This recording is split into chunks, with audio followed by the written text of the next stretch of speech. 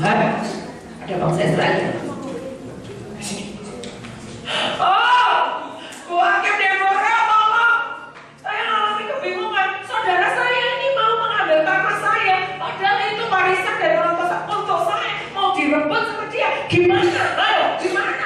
Tolong Anda sebagai hakim menghakimi saya dengan kakak saya ini, supaya kami berdua ini bisa adil pembagian warisan dari orang tua kami.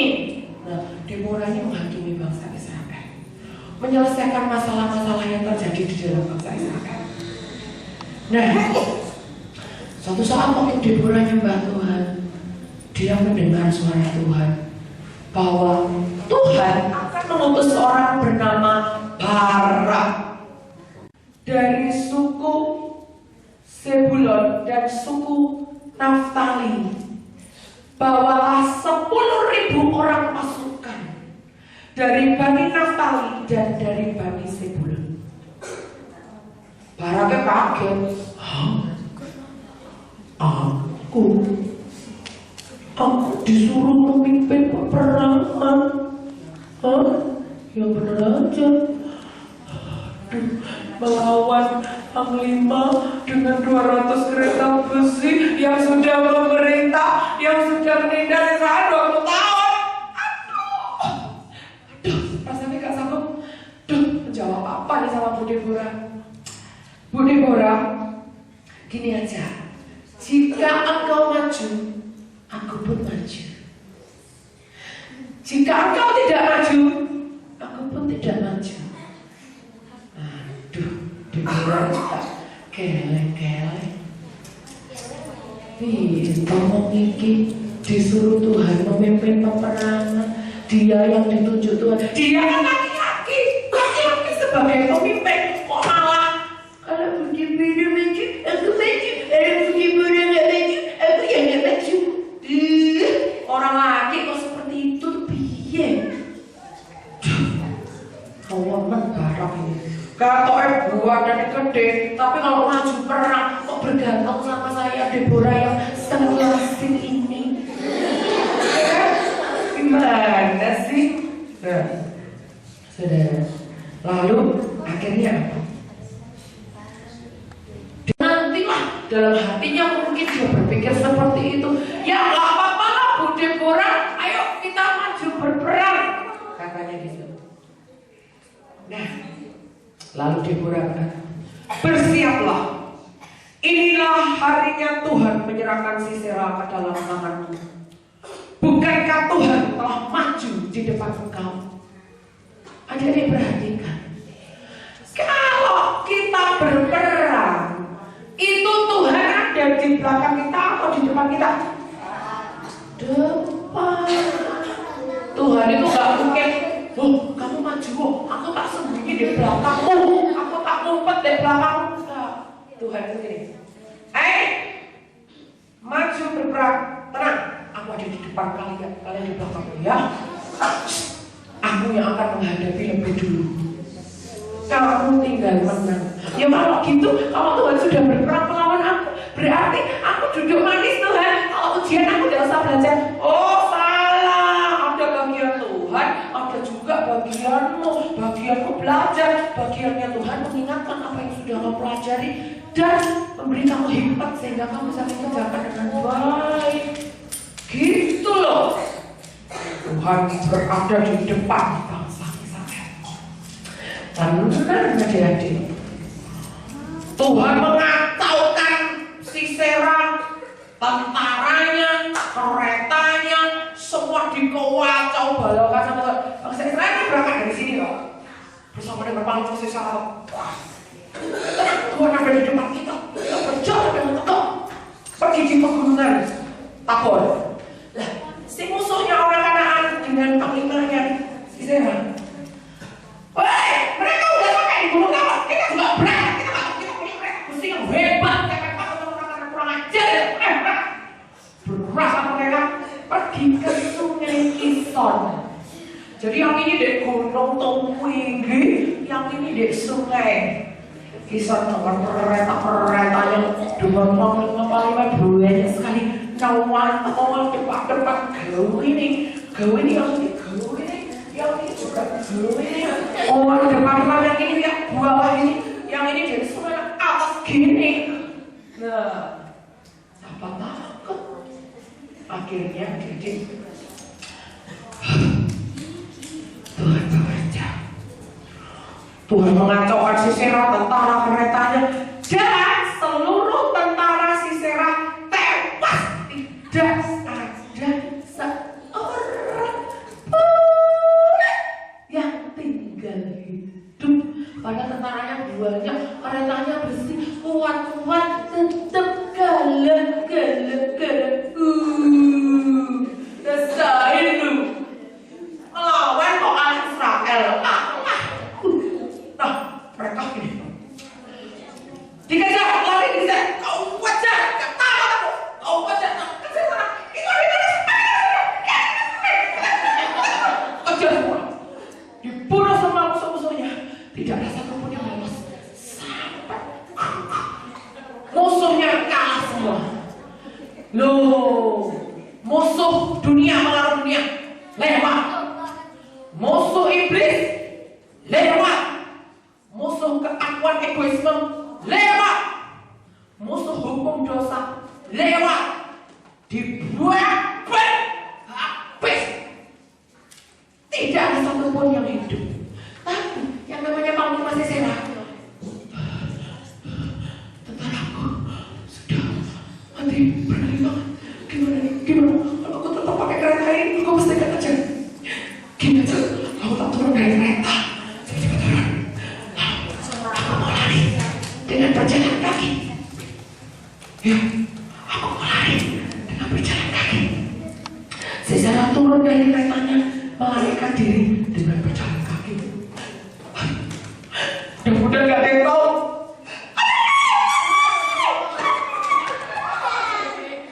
Dia lari ya dengan sekuat tenaga.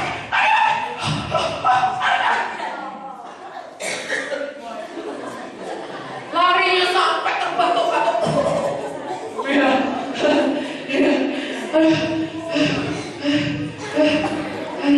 Lalu adik-adik,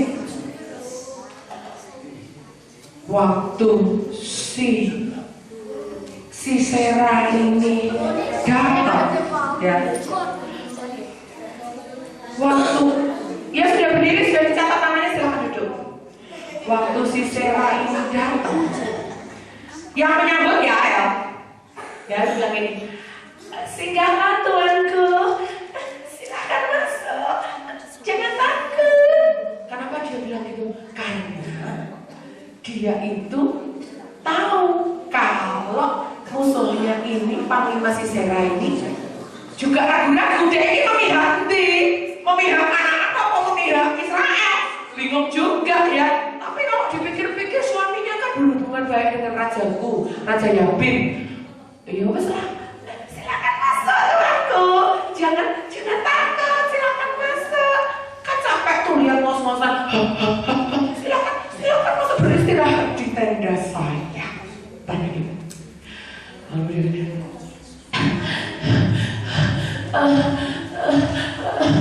aku harus minta apa aja dong.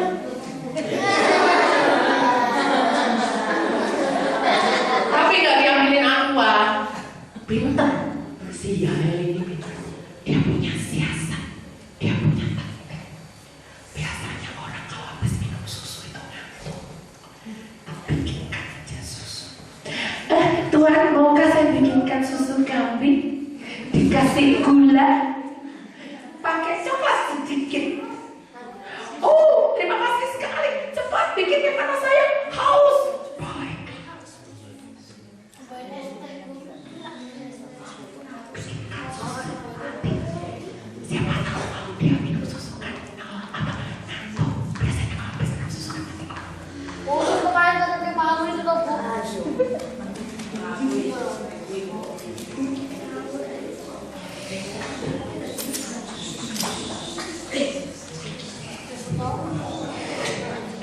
Ini Tuhan silakan diminum. Katanya tadi haus.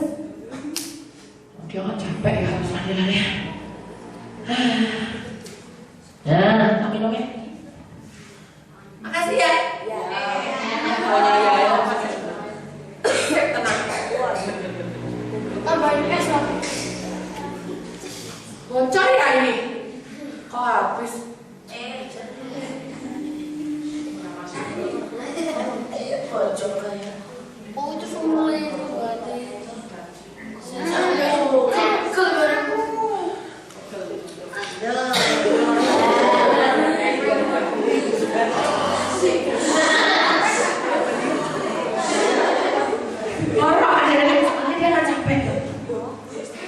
ngorok.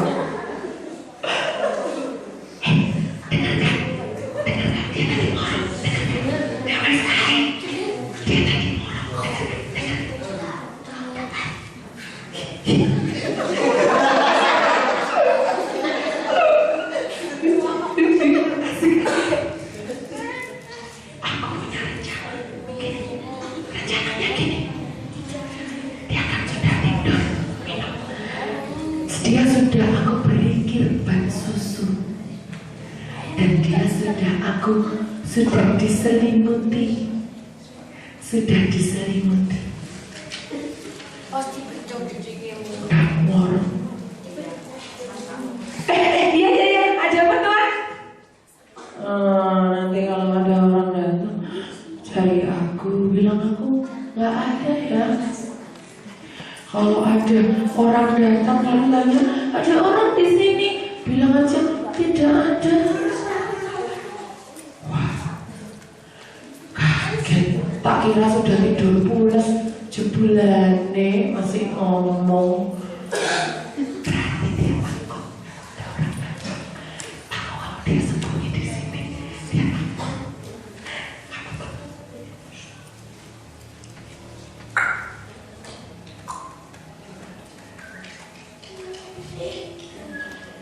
Dia ngambil paku, saya ngambil paku. Pakunya ketinggalan. Saya simpan. Ini paku. Jangan ribut, ketahuan. Menang lah. Pakunya mau tak taruh di pipis.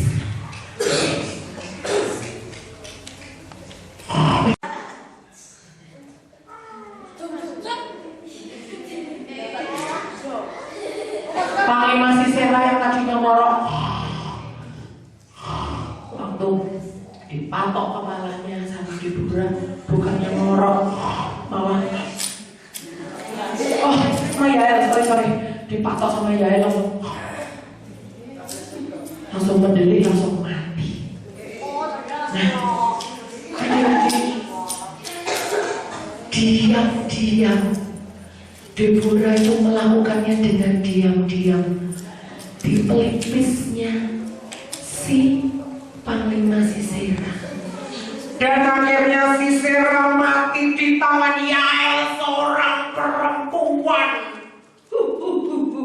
Ternyata Tuhan juga bisa memakai seorang perempuan yang ketok aneh, lemah gemulai, yang kelihatannya biasa, yang kelihatannya gak punya kekuatan apa-apa, tapi jangan salah, dia itu bisa dipakai Tuhan untuk mengalahkan musuh itu.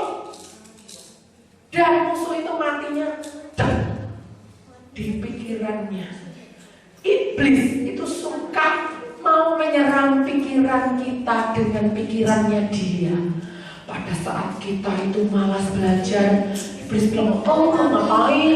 Oh belajar, kamu kan sudah dengar penjelasan gurumu, mau usah belajar lagi, nanti kan ya ingat sendiri. Masa Tuhan yang gak nolong kamu? Gak usah belajar lah, main PS terus aja. Masuk di pikiran kita. Pada saat itu kita harus seperti Yael. Pikiran iblis yang jahat itu. Iblis, aku kasih tahu kamu ya, aku mau rajin belajar karena aku anak Tuhan, aku mau jadi saksi buat teman-temanku. Pada saat iblis itu mau merasuki pikiran kalian berkata gini. Pada saat iblis itu mau merasuki pikiran kalian berkata gini. Ngapain dong menghormati guru?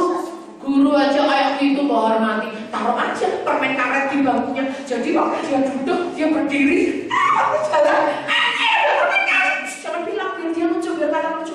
Gurunya dikerjain. Ngapain dong menghormati guru? Guru aja dikerjain aja nggak tahu loh. Kan lucu, buat lucu-lucuan.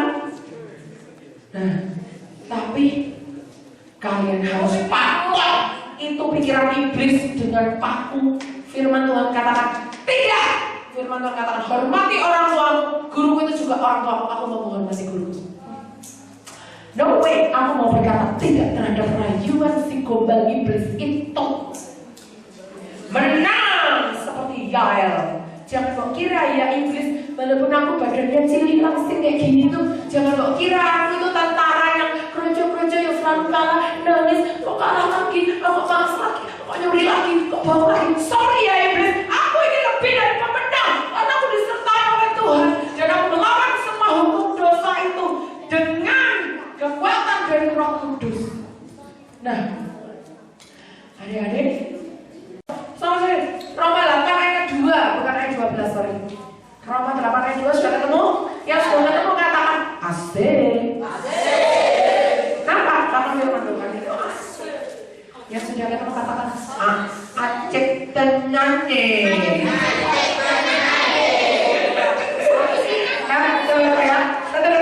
Roma 8 ayat 2. Roh Kudus memerdekakan kita dari hukum dosa.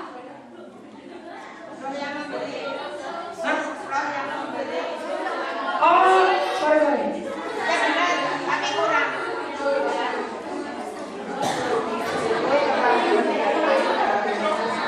Oh ya, sorry. Dari pemenang. Aku lebih dari pemenang. Melawan iblis.